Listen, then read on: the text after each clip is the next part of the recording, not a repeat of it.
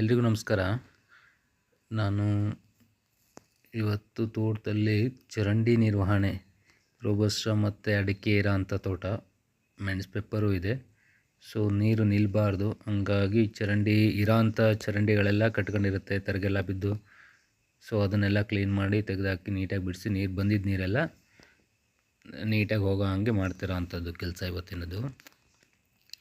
ನೋಡಿ, ಈ ಥರ ಮೇಲ್ಗಡೆ ಬಂದಿದ್ದ ನೀರೆಲ್ಲ ಕಂಟಿನ್ಯೂಸ್ ಎಲ್ಲೂ ನಿಲ್ದಂಗೆ ಚರಂಡಿ ಹತ್ರ ಹೋಗೋ ಹಾಗೆ ಕ್ಲೀನ್ ಮಾಡ್ತಿರೋ ಅಂಥದ್ದು.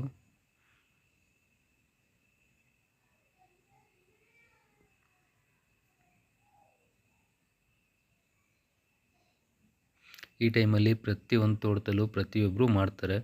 ಏನಕ್ಕೆ ಅಂದರೆ ನೀರು ಶೀತ ಆಗಬಾರ್ದು. ಶೀತ ಆಗಿದ್ರೆ ಕ್ರಾಪ್ ಡ್ರಾಪ್ ಆಗುತ್ತೆ. ಇವನ್ ಅಡಿಕೆ ಆದರೂ ಆಯಿತು, ಕಾಫಿದಾದರೂ ಆಗುತ್ತೆ, ಯಾವುದೇ ಆದರೂ ಶೀತ ಆಗುತ್ತೆ.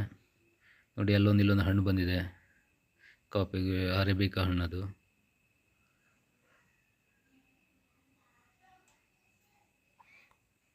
ಸ್ವಲ್ಪ 15 ಡೇಸ್ ಮುಂಚೆನೇ ಮಾಡಬೇಕಿತ್ತು, ಬಟ್ ಲೇಟ್ ಆಯಿತು. ಆದರೂ ತೆಗೆದು ಹಾಕ್ತಾಯಿದ್ದೀವಿ ಇವಾಗ.